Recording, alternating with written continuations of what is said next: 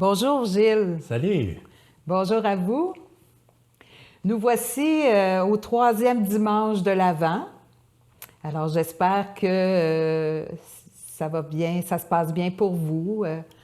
Et ce dimanche, c'est un beau dimanche, c'est le dimanche de la joie. Oui, le dimanche de la joie. Et cette joie-là vient que on reconnaît de plus en plus la présence du Christ qui, en ce troisième dimanche, se présente à nous comme étant la lumière du monde. Ouais. D'ailleurs, quand on retourne à l'évangile du troisième dimanche, Saint Jean dit « Il y eut un homme envoyé par Dieu, son nom était Jean. Il est venu comme témoin pour rendre témoignage à la lumière, afin que tous croient par lui. Cet homme n'était pas la lumière, mais il était là pour rendre témoignage à la lumière. » Le Christ qui nous habite, le Christ qui est avec nous, il est la lumière du monde, il est la lumière de nos vies. Il est celui qui nous accompagne, celui qui nous éclaire, celui qui nous guide, celui qui prend soin de nous. Et il me semble qu'en ce troisième dimanche de l'Avent, le Christ nous invite à voir ce qu'il y a de lumineux dans nos vies puis dans le monde. On est en période de pandémie. Peut-être qu'on est porté à voir tout en noir. Oui, c'est sûr que on a, tu sais, ça fait longtemps là, qu'on est dans cette réalité de la pandémie, puis c'est pas évident, Oui, hein? c'est ça. On est fatigué. C'est ça. Puis ça fait plusieurs mois. Oui. Puis comme tu dis, c'est qu'on est fatigué. Mais il me semble qu'en ce troisième dimanche, le Seigneur nous invite à regarder ce qu'il y a de beau et de lumineux dans nos vies. Est-ce que dans nos vies, il n'y a que de la noirceur ou s'il y a quelque chose de beau? Je t'avoue que, voilà quelque temps, en écoutant le témoignage de Rémi Bélanger de Beauport, tu sais, cet homme qui, lors de l'attentat de Québec, a été profondément blessé, puis qui dit « J'étais encore dans l'ambulance et déjà je pardonnais à la personne qui m'avait agressé. » Ah, c'est fort, ça. Hein? C'est pas mal fort.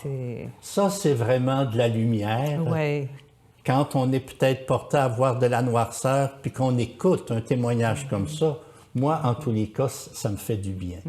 Il y a plein d'exemples comme ça qu'on peut voir. C'est comme si cette lumière, elle est en lui, puis il a vraiment, il a choisi d'aller dans ce sens-là plutôt que d'aller dans la méfiance ou la vengeance, hein, parce qu'il va dire qu'il ne veut pas aller dans la vengeance, mais qu'il l'aime déjà, cette personne-là. Oui.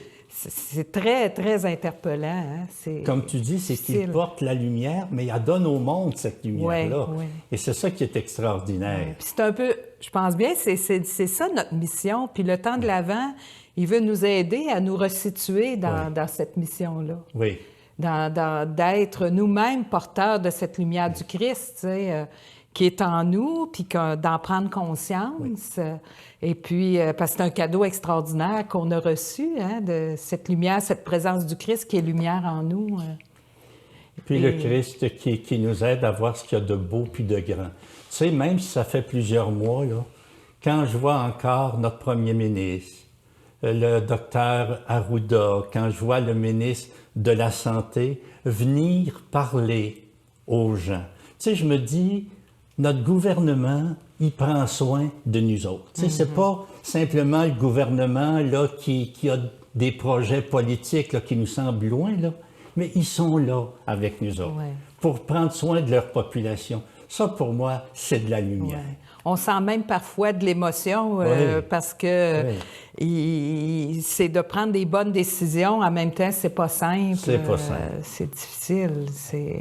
Moi, je vois, tu sais, tous les parents là, qui ont à conjuguer avec l'école, le fait qu'il y a toujours des menaces aussi. La COVID est encore là. À l'école, on a vu des cas, des personnes, dans des écoles, des professeurs qui continuent à être là pour les enfants, mais ils savent qu'il y a un risque. Moi, ça m'émerveille. Là, à chaque matin, ces gens-là partent aussi dans le milieu de la santé. Je vois les parents qui sont avec leurs enfants à la maison. Tu sais, le temps est long, là. Tu n'as pas autant de rencontres de famille. Puis, alors, comment être avec les enfants aussi? Lumière. Oui. Hein? Parce que tout à coup, les enfants nous tombent ses nerfs. Tu sais, là, on est un peu impatients. Alors, ce choix de vivre. Mais moi, Gilles, depuis le début de l'Avent, je me sens beaucoup interpellée par ce thème-là, là, espérer sa présence. Puis, il y a eu en moi comme mais un appel à vraiment me placer dans la bienveillance. Tu sais. Oui. Puis la bienveillance, c'est vraiment cette présence à l'autre, mais bienveillance envers moi-même aussi. Puis d'être dans cette posture intérieure, je dirais, de la bienveillance. Puis j'ai fait une petite recherche, j'ai le goût de te partager ça, que quand on parle de la bienveillance, tu sais, c'est le bon vouloir qui s'exprime dans des actions concrètes, que ce soit un regard, que ce soit une manière d'écouter, que ce soit aussi, c'est discret, ça fait pas de bruit, mais ça porte de la vie, ça porte de la lumière. Oui. Ça apporte la joie aussi. Parce que quand je suis dans la bienveillance, ben je ressens en moi plus de joie que quand je suis dans le reproche ou le ressentiment. Mais c'est pas toujours évident de se placer dans la bienveillance. Et puis, la bienveillance, c'est dans l'ordinaire de nos vies. Tu sais, c'est rien de spectaculaire, c'est une attention. Alors moi, je dois dire que depuis le début de l'Avent, je me sens beaucoup interpellée dans ce sens-là pour vraiment être dans la bienveillance, puis essayer de prendre du recul parce que des fois, il y a de l'impatience, tu sais, puis de l'incompréhension. Puis je me dis, bon ben là, essaie de regarder les choses ou de te placer plus dans cette attention à l'autre. Tu sais, le premier dimanche de l'Avent, on parlait de veiller. Oui. Bien, la bienveillance, tu sais, il y a quelque chose d'être en état de veille, rester éveillé. Puis, alors, ça m'interpelle beaucoup, moi, pour essayer de me placer davantage dans cette posture intérieure, tu sais. Puis prendre soin des autres, c'est quand même tellement important. Tu sais, j'écoute là mes confrères qui sont curés de paroisse. Oui. Puis comment, dans les communautés chrétiennes, simplement pour les lieux de célébration, là, il y a seulement que 25 personnes qui peuvent aller à l'église, mais il y a plein de gens qui doivent être là pour guider les gens, pour désinfecter les bancs et tout ça.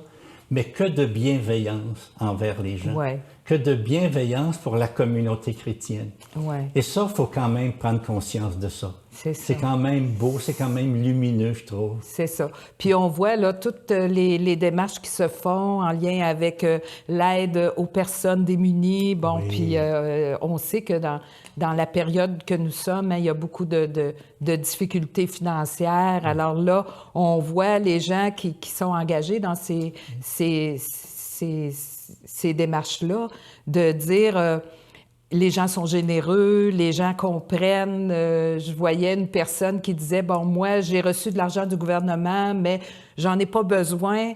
Mais alors, je l'ai donné pour la guignoler, pour vraiment aider d'autres personnes. Moi, je suis privilégiée. Bon, je suis une personne âgée. Moi, je trouve ça c'est lumineux de voir ça, hein, il y a plein de gens de radio-télévision là, qui, ces temps-ci, s'impliquent dans les guignolées des médias, puis il y avait le duel du pauvre en fin de semaine. Alors, c'est des gens bienveillants. Oui. C'est des gens qui apportent plein de lumière. C'est extraordinaire. C'est ça, c'est ça. Puis même, je vois au niveau, ici, au niveau de la maison de formation, mais plein de gens, pour communiquer de l'espérance aux autres, qui se servent des moyens de communication, ordinateurs, médias, pour être capable d'être en contact avec les autres, pour leur apporter de l'espérance. Ça aussi, c'est plein de lumière. Ouais, ouais. Puis il y a des activités à la maison de formation. Oui, là, c'est qui ça. Bien, se on sont a fait, passées. c'est ça, on a fait là, 2 visioconférences en Zoom. Alors, c'est ça, c'était un défi Oui. hein, sur les théories du complot, comment se situer face à ces personnes, comment être lumière et non pas dans le jugement, et puis essayer de comprendre c'est quoi ça, ces diverses théories-là, puis pour pouvoir accueillir les personnes, puis marcher avec elles et être lumière. Alors, ça a été un beau succès.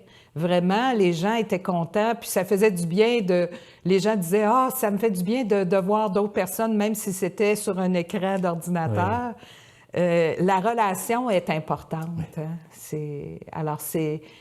On est invité en ce dimanche justement à accueillir la joie du Christ en nous, cette lumière, hein, puis à la donner.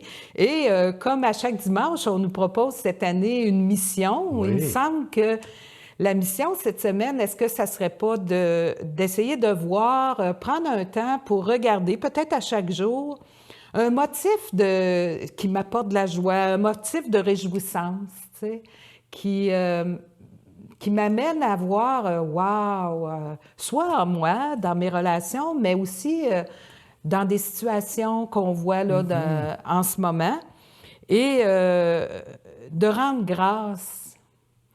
Et les 2 lectures de ce dimanche, il me semble qu'ils nous interpellent dans ce sens-là. Puis là, je regarde ici Isaïe, tu sais, qui dit, qui prend conscience comment il est béni de Dieu, comment il reconnaît la présence de Dieu dans sa vie. Et il dit « Je tressaille de joie en Dieu, mon Sauveur. » Il va dire « Le Seigneur fera germer la justice et la louange. » Et Saint Paul qui nous interpelle « Soyez toujours dans la joie. » Alors, peu importe, même dans les moments difficiles, soyez toujours dans la joie, rendez grâce en toutes circonstances. Ça, je trouve ça très précieux. L'action de grâce. Tu sais, tu mets l'accent sur l'action de grâce en lien avec la joie. En période de confinement, puis en période de COVID, on serait porté peut-être à oublier cette action de grâce-là, mais c'est si précieux pour garder le cœur dans la joie. Ça nous fait du bien et ça fait du bien aux autres aussi d'être dans la bienveillance aussi.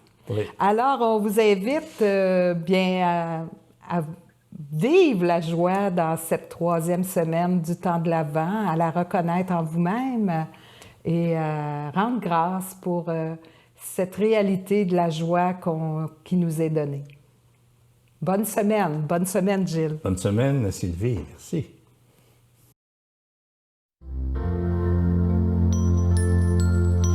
Soyons un peuple d'espérance, car Dieu attendait.